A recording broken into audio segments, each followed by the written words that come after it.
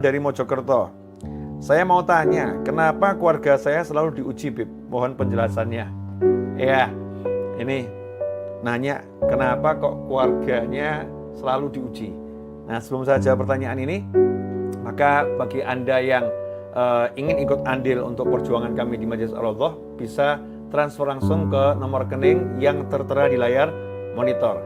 Insya Allah akan menjadi sarana ya, yang manfaat untuk orang banyak dan mudah-mudahan barokah untuk kita semua. Amin. Assalamualaikum. Waalaikumsalam warahmatullahi wabarakatuh. Ini pertanyaan yang menarik ya. Kenapa keluarga saya selalu diuji, Bib? Selalu diuji. Ya, mungkin ini akan saya perbaiki dulu kalimatnya ya. Bukan selalu diuji, tapi mengalami beberapa kali ujian. Mungkin ujiannya terasa sering.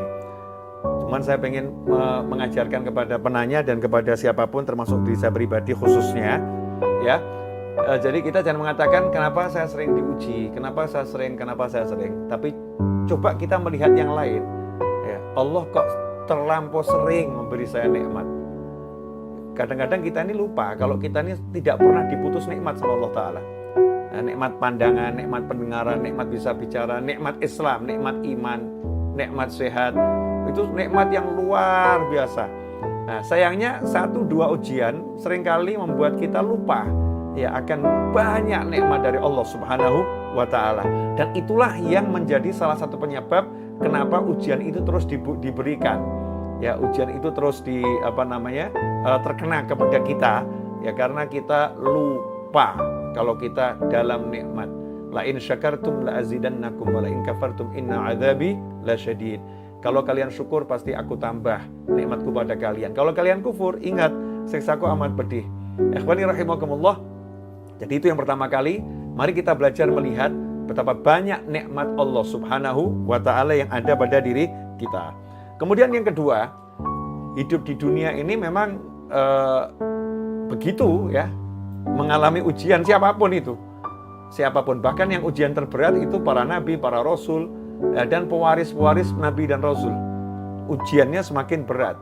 Ya, namanya orang sekolah itu kalau semakin tinggi sekolahnya, ya ujiannya semakin berat.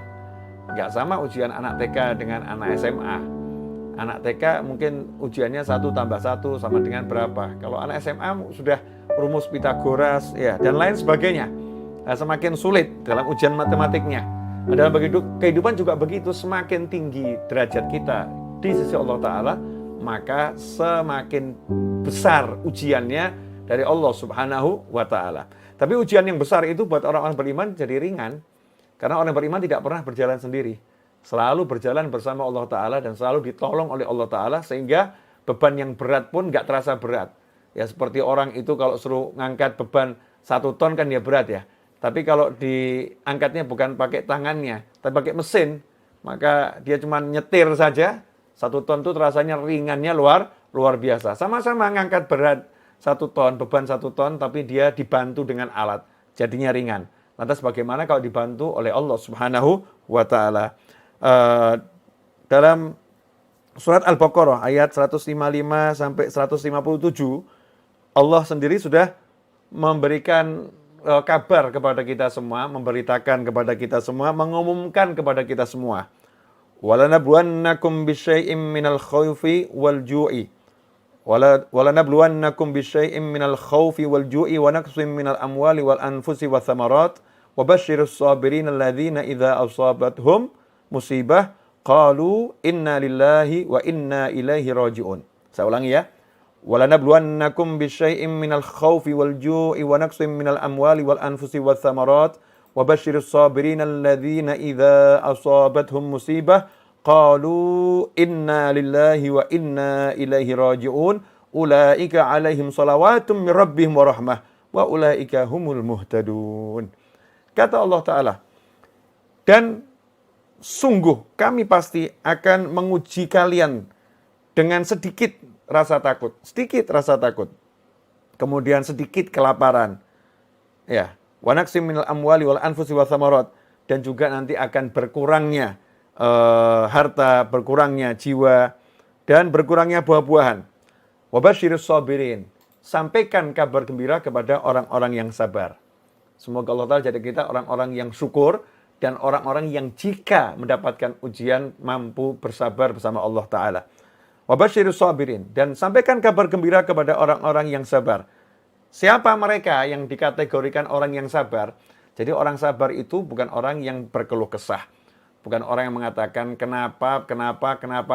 Tapi orang yang sabar adalah alladzina, yaitu orang-orang yang idza asabathum musibah, jika mendapatkan musibah, ujian dari Allah Ta'ala, qalu, mereka berkata, inna lillah, sesungguhnya, ya, kami ini adalah miliknya Allah. Kami ini miliknya Allah, harta kami miliknya Allah, jiwa kami miliknya Allah. Ya, semua miliknya Allah. Inna lillah, kami miliknya Allah. Dan sungguhnya hanya kepadanya lah kami akan kembali. Jadi ya, memang sadar dirinya milik Allah. Dia katakan pada dirinya, saya milik Allah. Dan saya akan kembali pada Allah Subhanahu wa Ta'ala. Inna lillahi wa inna ilaihi raji'un. Siapa yang mengembalikan setiap kali ada musibah, dia sadari memang itu bukan miliknya. Ketika hartanya terenggut, ya, jiwanya terenggut, hartanya terambil, atau tersita, atau hilang, dia sadar itu bukan miliknya. Itu miliknya Allah Ta'ala. Ya, nggak ada yang berkurang sebetulnya dalam dirinya. Nggak ada yang berkurang. Nggak ada yang habis sebetulnya. Karena itu miliknya Allah, bukan miliknya. Innalillah, sehingga dia ridho, dia ikhlas atas ujian tersebut. Dia katakan, kami memang miliknya Allah. Wa inna ilaihi raji'un. Dan hanya kepadanya lah kami kembali. Maka orang-orang yang seperti itu apa? Janjinya Allah Ta'ala. Ulaika alaihim. Kata Allah Ta'ala. Mereka itulah orang-orang yang memperoleh ampunan dan rahmat dari Allah Ta'ala. Dan itulah mereka orang-orang yang mendapatkan petunjuk. Ikhwani rahimakumullah. Jadi sejatinya orang-orang yang dapat ujian, musibah, itu orang yang dicintai Allah Ta'ala. Ya, orang yang dicintai Allah Ta'ala. Karena dengan ujian itu dia mendapatkan rahmat dan ampunannya Allah Subhanahu wa Ta'ala. Dalam hadis yang diriwayatkan Imam Bukhari dan Muslim dari Sayyidina Abi Sa'id Al-Khudri radhiyallahu anhu dan Abi Hurairah radhiyallahu anhu, dari Rasulullah SAW, beliau bersabda, Rasul bersabda, ma yusibul mu'mina min nasabin wala wasabin wala hammin wala hazanin wala adhan wala ghammin hatta syaukah yushakuha illa kafrallahu biha min khotoyah. Rawal Bukhari wa Muslim. Ya, tidak ada satupun musibah yang terjadi pada diri Muslim, ya. Baik itu ada harta yang hilang ataupun dia mengalami kesedihan, mengalami rasa suntuk, ya, sumpek, atau dia mengalami gangguan, bahkan sampai-sampai kalau dia terkena duri yang kecil, semua ujian tadi itu menjadi kafarallahu biha min khotoyah, penghapus dosa-dosanya. Ya, penghapus dosa-dosanya. Nah, sehingga nikmat sebetulnya, bahwa kita ini sadar banyak dosa kok. Kita banyak dosa dan kita ini kurang sempat minta ampun, lupa istighfar. Kemudian Allah yang berkehendak agar dosa kita habis, agar kita kembali kepadanya dalam keadaan suci dari dosa, pangkat yang tinggi. Nah, kita ini sama Allah Ta'ala kemudian diberi ampunan dengan cara dikasih masalah, dikasih rasa sedih, ya, dikasih kekurangan harta, ya, dikasih kehilangan pangkat, kehilangan kedudukan. Walaupun kita nggak minta semua itu, ya, kita nggak menginginkan semua itu terjadi. Tapi kalau itu terjadi, ya, itu menjadi bonus agar dosa-dosa kita diampuni Allah Ta'ala dengan syarat kita sabar. Ya, sabar itu memang sesuatu yang nggak enak, ya, kita tahan, ya. Rasa nggak enak itu tidak kita keluh kesahkan, kita kemudian tetap istiqomah menjalankan ibadah. Ya, itu yang namanya sabar. Yang seperti itu justru menjadi jalan untuk diampuni dosa-dosa kita oleh Allah Subhanahu